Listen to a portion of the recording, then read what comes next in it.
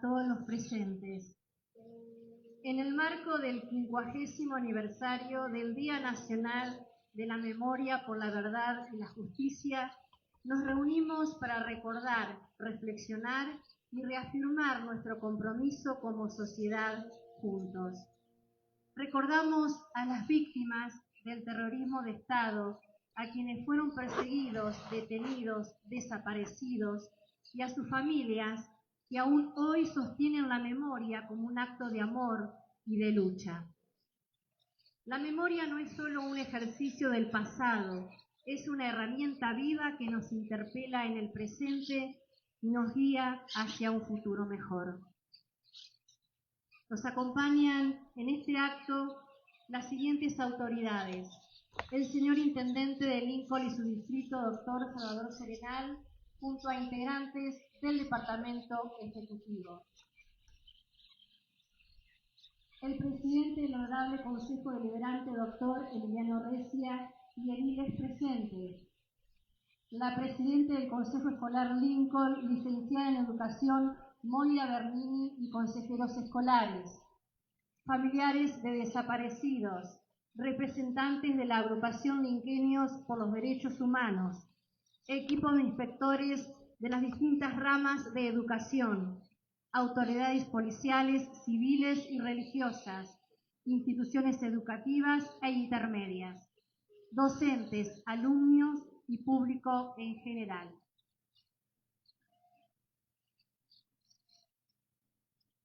Brindamos un fuerte aplauso a las banderas de ceremonia que nos acompañan. Fuertes aplausos para las instituciones educativas de todos los niveles, las instituciones intermedias. Muchas gracias por acompañarnos. Fuerte ese aplauso.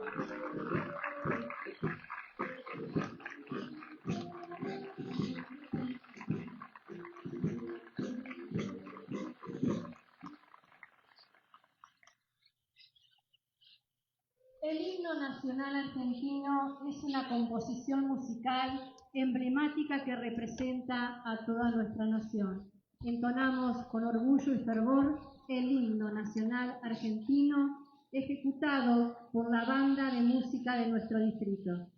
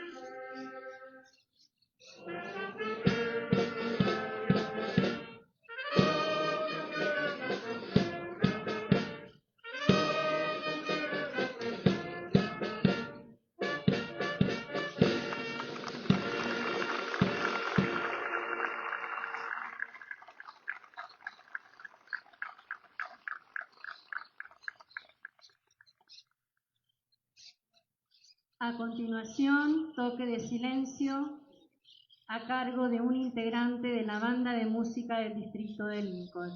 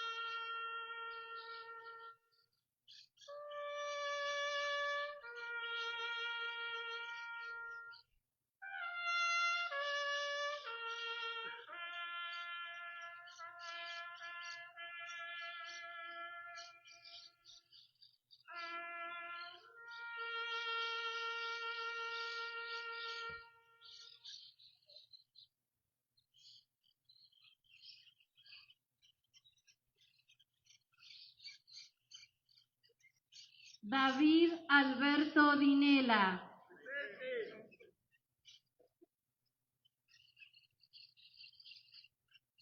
Elvio Fernando Franzosi. Fernando Octavio Fraccia. José María Cané. Osvaldo Nereo de Prati. Roberto Luis Stefano. Samuel Ángel Stola.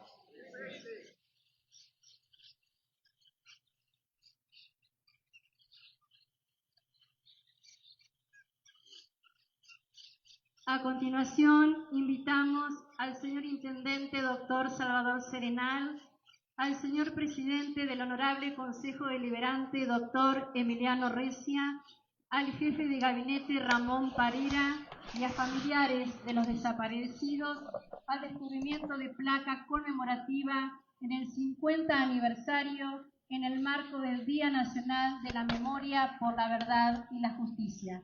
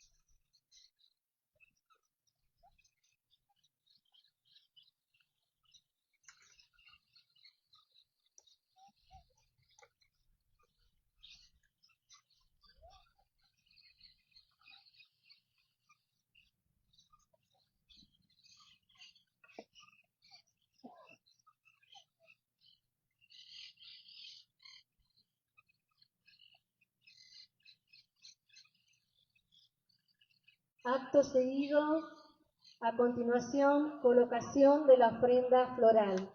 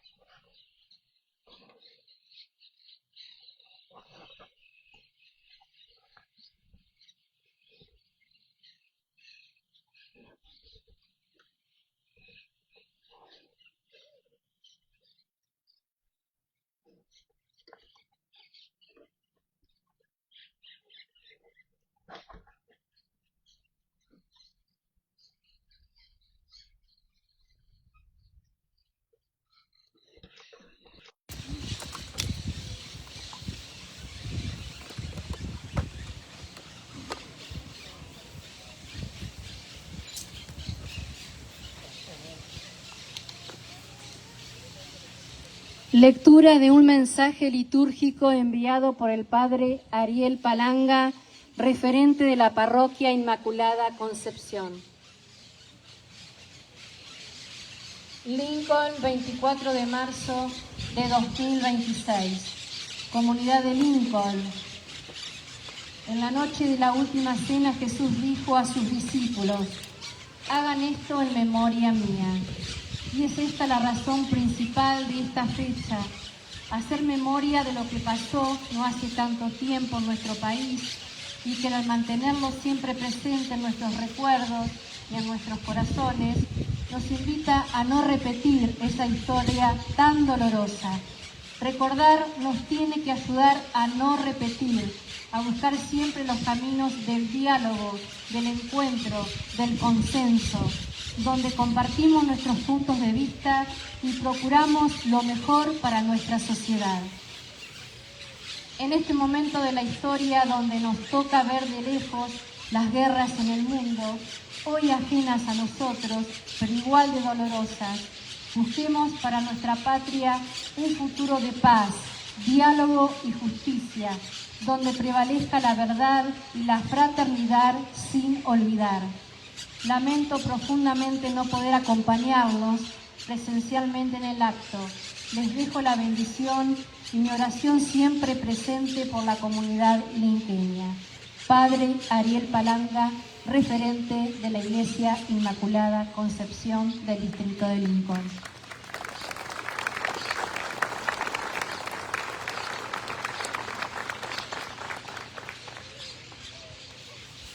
A continuación, palabras a cargo del profesor Gustavo de Luca, director del Archivo Municipal.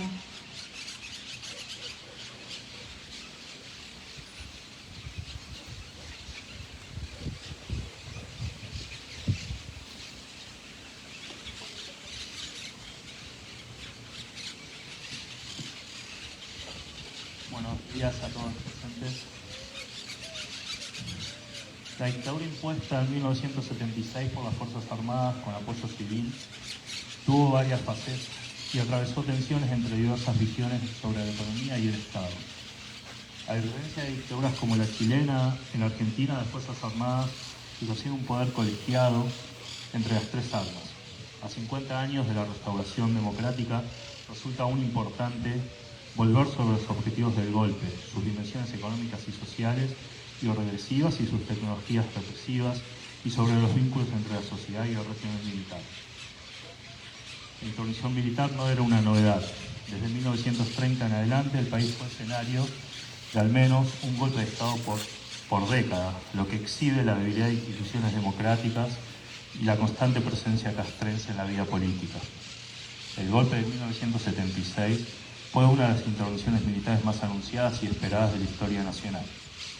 Era notorio desde los meses previos que el gobierno peronista se había quedado prácticamente sin apoyos sociales o atisbos de legitimidad política, lo que podría explicar no solo que el acontecimiento no despertara casi sorpresas en la ciudadanía, sino también que las resistencias, si es que las hubo, fueran imperceptibles. Hubo apenas un tibio anuncio de un paro general de actividades dispuesto por un grupo de dirigentes sindicales que se encontraban reunidos en la madrugada del golpe en el Ministerio de Trabajo, que no se confirmó ni tuvo ningún acatamiento. Tampoco las organizaciones político-militares que venían actuando desde principios de la década del 70 pudieron organizar una resistencia efectiva, habida cuenta de los duros golpes que el accionar represivo comandado por las Fuerzas Armadas les venía asestando desde el año anterior, cuyo resultado más evidente fue la pérdida de gran parte de capacidad militar y operativa. La ausencia de alternativas, expresada en la debilidad de la oposición político-partidaria, así como de un visible consenso político respecto de la intervención militar,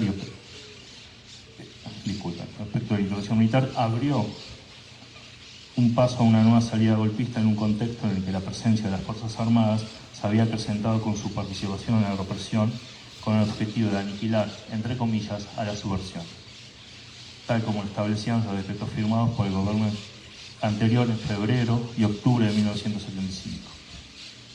Los militares actuarían una vez más como árbitros en las disputas políticas y se daba inicio al autodenominado proceso de organización nacional, la última y más cruenta dictadura militar del siglo XX. Todas las evidencias disponibles muestran que el golpe fue en general bien recibido, y tanto en el ámbito nacional como en el ámbito internacional.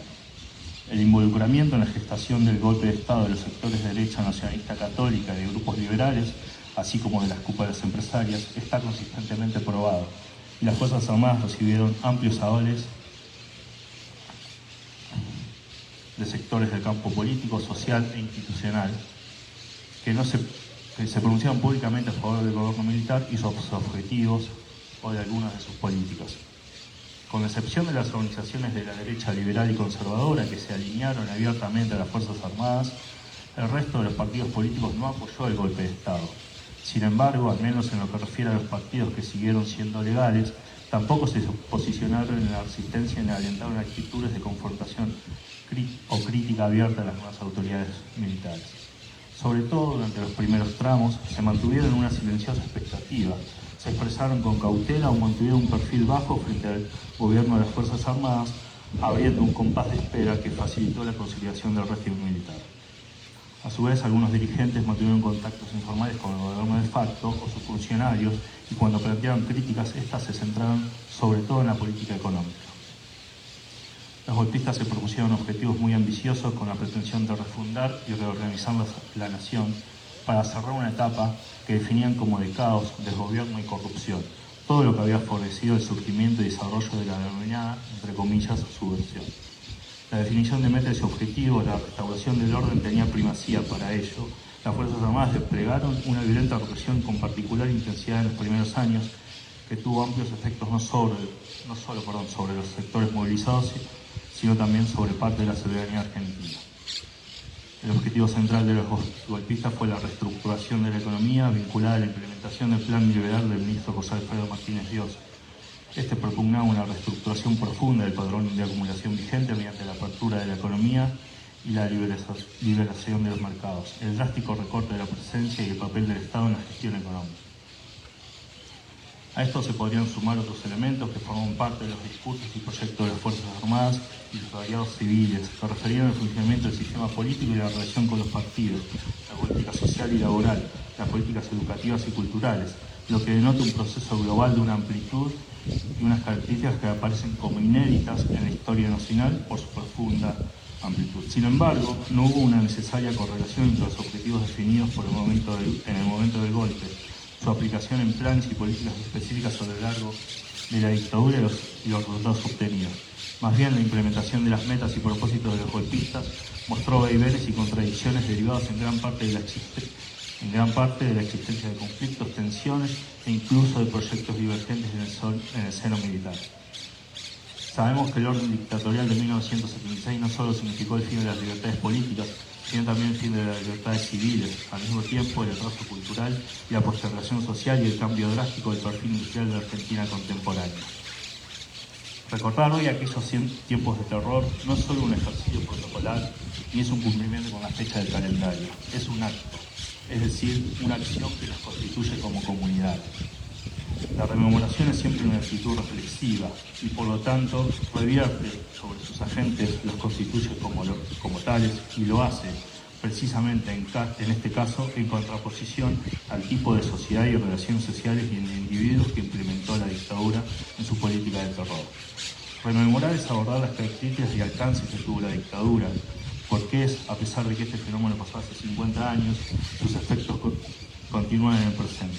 Rememorar es entonces comprender que el secuestro, la tortura, los fusilamientos clandestinos, los vuelos de la muerte, la desaparición de quienes fueron ilegalmente detenidos, la apropiación y desidentificación de niños fueron parte de un procedimiento estructurado por las Fuerzas Armadas y con alcance nacional e internacional, con el propósito inicial de desarticular definitivamente las protestas sociales masivas, las formas de autoorganización popular de cualquier ámbito y de destruir las aspiraciones de cambio social de gran parte de la sociedad de aquella época. El modo en que se llevó a cabo esta represión estatal hizo que estos crímenes permanezcan, pues la violencia estatal modificó las tramas sociales, las formas de relación y las posibilidades de pensar y desear libremente. Se trata de crímenes que también nos han constituido, nos han reformulado como sociedad. En los últimos 50 años los ciudadanos hemos efectuado un formidable aprendizaje. Como sociedad, a pesar de nuestras limitaciones, aprendimos el rechazo a la violencia política que deroga y anula la legitimidad institucional y cercena el Estado de Derecho. Los desafíos como sociedad no son menores, ellos son de orden institucional y de orden social. La democracia requiere para su consolidación de instituciones legítimas y estables y de un orden social justo y equilibrado. Muchas gracias.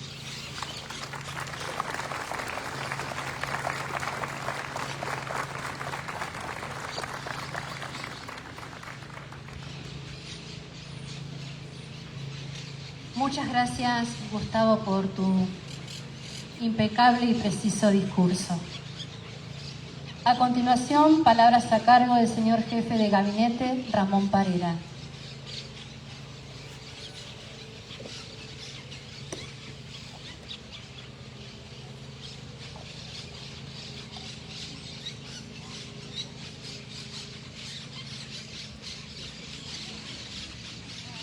Buenos días, autoridades, abanderados, ciudadanos, familiares, mis respetos hacia ustedes. Hoy en este día tan significativo, quiero adelantarles el final de lo que voy a hablar,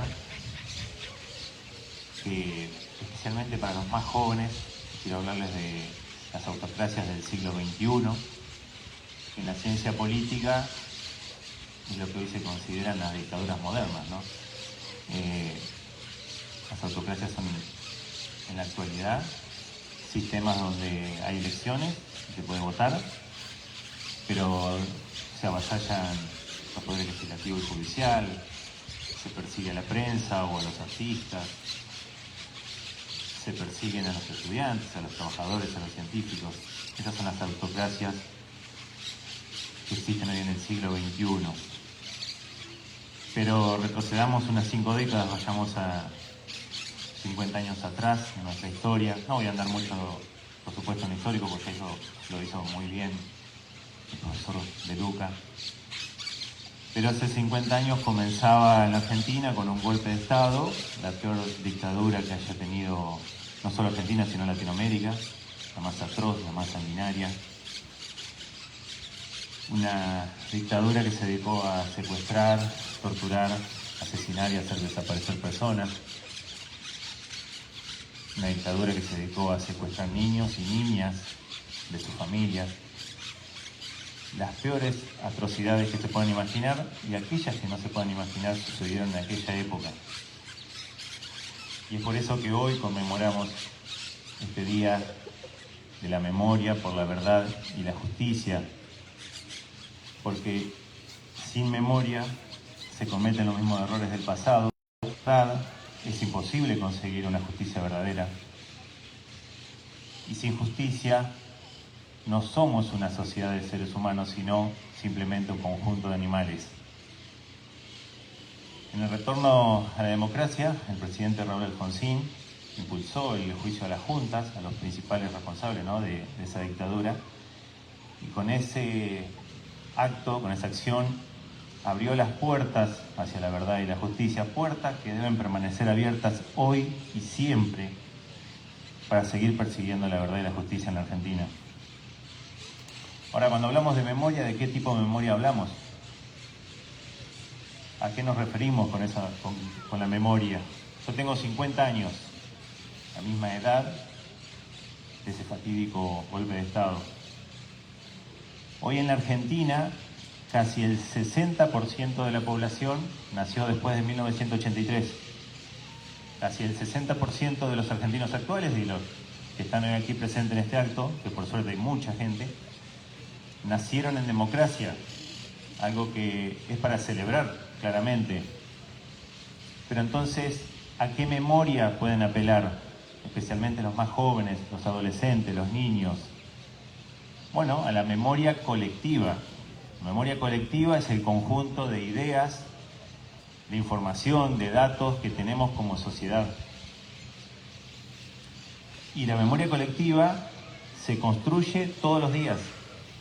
Todos nosotros tenemos la obligación de construir esa memoria colectiva, que es el único camino para lograr luego la verdad necesaria para obtener la justicia.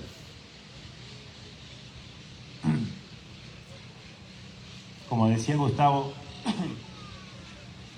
el siglo XX estuvo manchado en un montón de golpes de Estado, porque la dictadura de la década del 70 no fue la primera en la Argentina, sino fue la última de una sucesión, de una metodología que usaron los grupos más conservadores de derecha para detener, para derrocar a gobiernos populares y democráticos.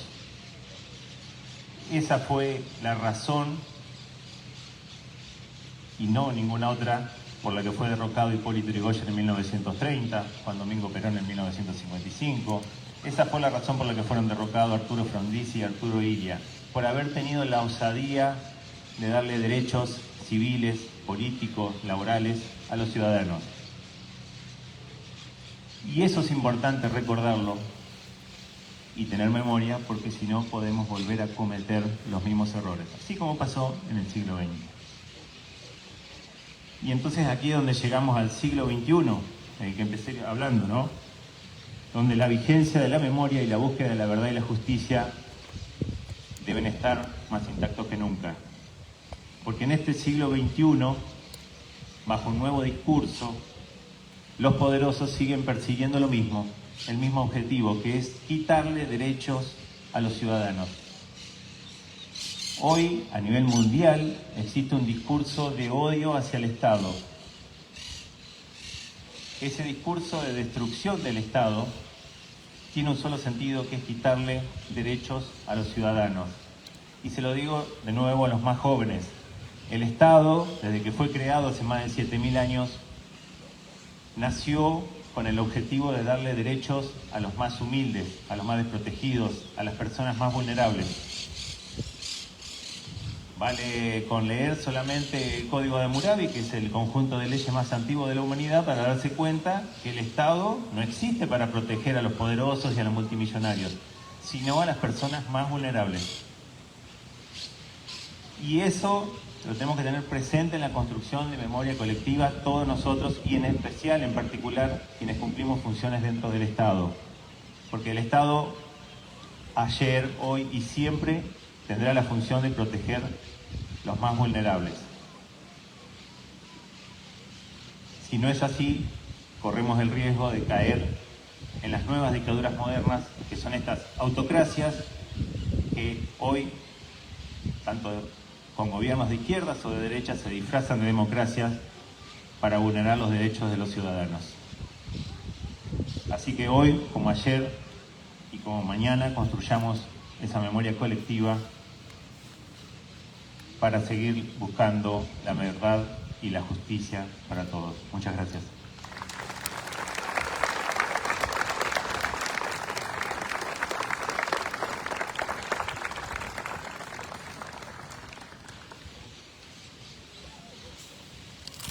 Muchas gracias, señor jefe de gabinete Ramón Parera, por su alusivo discurso a la fecha. Este día nos invita a mantener viva la verdad, a sostener la justicia y a defender cada día los valores de la democracia, el respeto y la dignidad humana. Nos convoca a no olvidar, porque en el recuerdo están también la posibilidad de que nunca más se repitan hechos tan dolorosos y fatídicos. Porque recordar es también un acto de responsabilidad, porque la memoria nos pertenece a todos y porque decimos hoy y siempre, nunca más. Despedimos con un fuerte y gran aplauso a todas las banderas de ceremonia. Aplaudimos a las instituciones educativas, tanto estatales como privadas, en todos sus niveles, a las banderas de las distintas dependencias municipales, a las instituciones intermedias que siempre nos acompañan. Muchísimas gracias.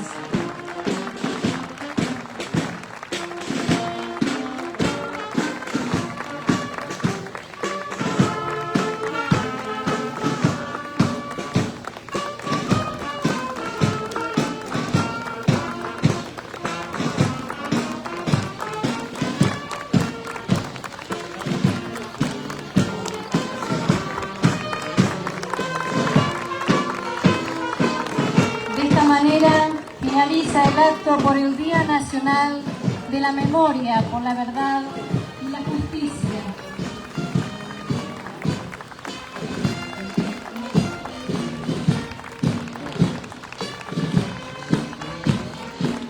Memoria, verdad y justicia. Nunca más.